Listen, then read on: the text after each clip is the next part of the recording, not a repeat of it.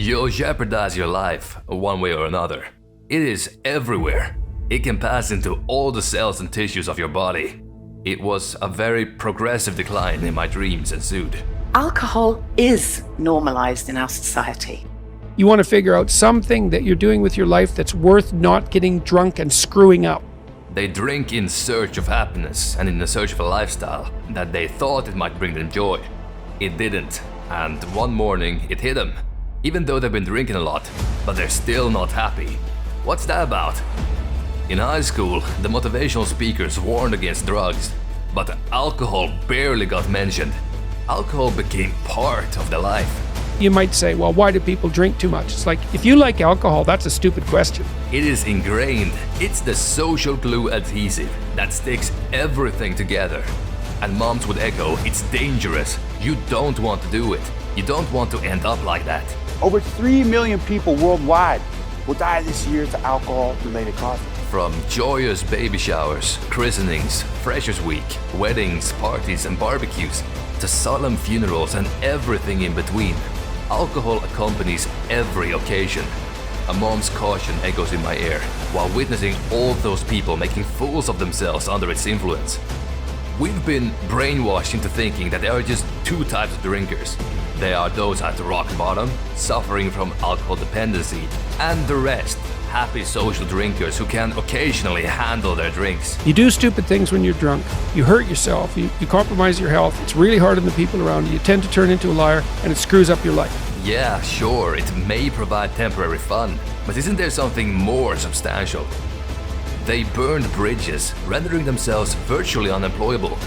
With their options vanished, their life was shattered, with their families turning their backs on them, losing their friendships with no clear path ahead.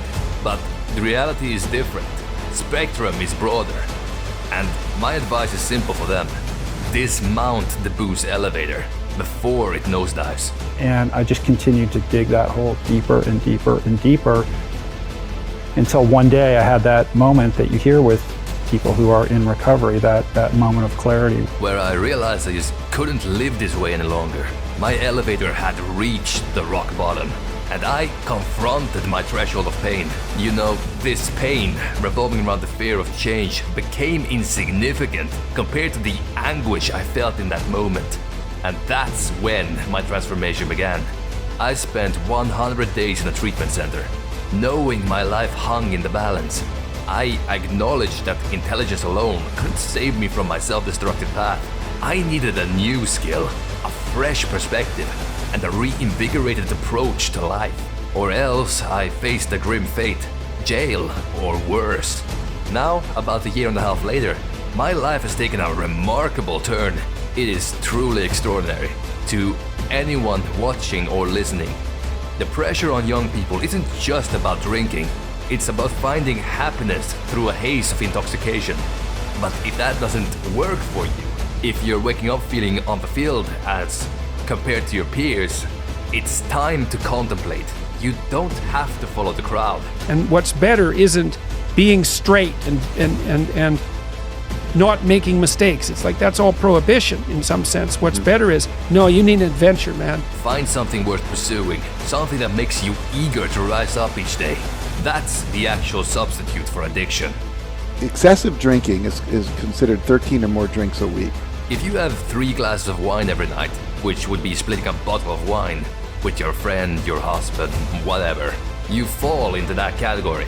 An alcoholic is someone who can't stop drinking once they start. They drink until they pass out or become incapable of functioning.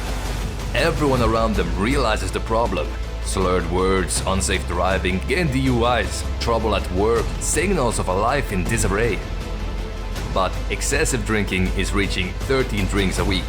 If they have 6 drinks a week, they already fall into this category.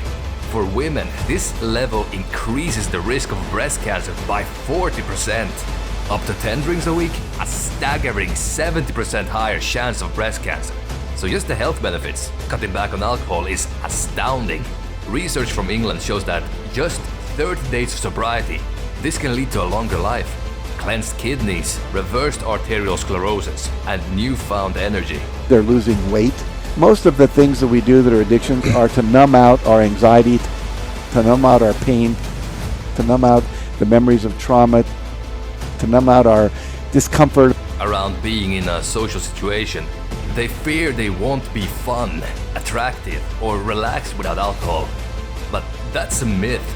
A voice in their ear, like my mom's, warns them against the dangers of excessive drinking. And seeing relatives succumb to addiction further strengthens their resolve. So they'd say no to that path. So when you tried it, what was it like for you? Oh, alcohol made me feel like I was suppressing the urge to dance on the table. It is awesome, and I love it the most. I just don't let myself do it because it's not congruent with wanting to live forever. The downsides are too many to ignore. Yeah, sure, that shit's fun, but I weigh it against the disadvantages, and they're overwhelmingly apparent. Unlike other substances, alcohol's direct effects on cells makes it particularly harmful. Alcohol actually has its own direct effects on cells because it can really just pass into those cells. And the fact that it can penetrate into so many organs and cells, causing substantial damage. Ethanol transforms into acetaldehyde, a poison that kills cells indiscriminately. Acetaldehyde is poison. It will kill cells. It damages and kills cells, and it is indiscriminate as to which cells it damages and kills. That's a problem, obviously, and the body deals with that problem by using another component of the NID biochemical pathway to convert acetaldehyde into something called acetate, like say fuel for your body. And that process of going from ethanol to acetaldehyde to acetate does involve the production of a toxic molecule, right? Again, acetaldehyde is really toxic.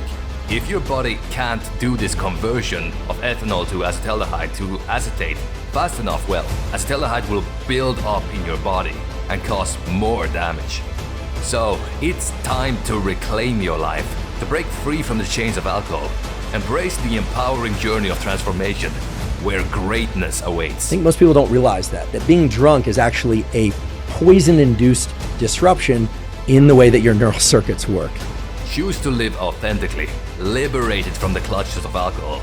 Unleash your potential and let your story inspire others to discover the path of true fulfillment and joy.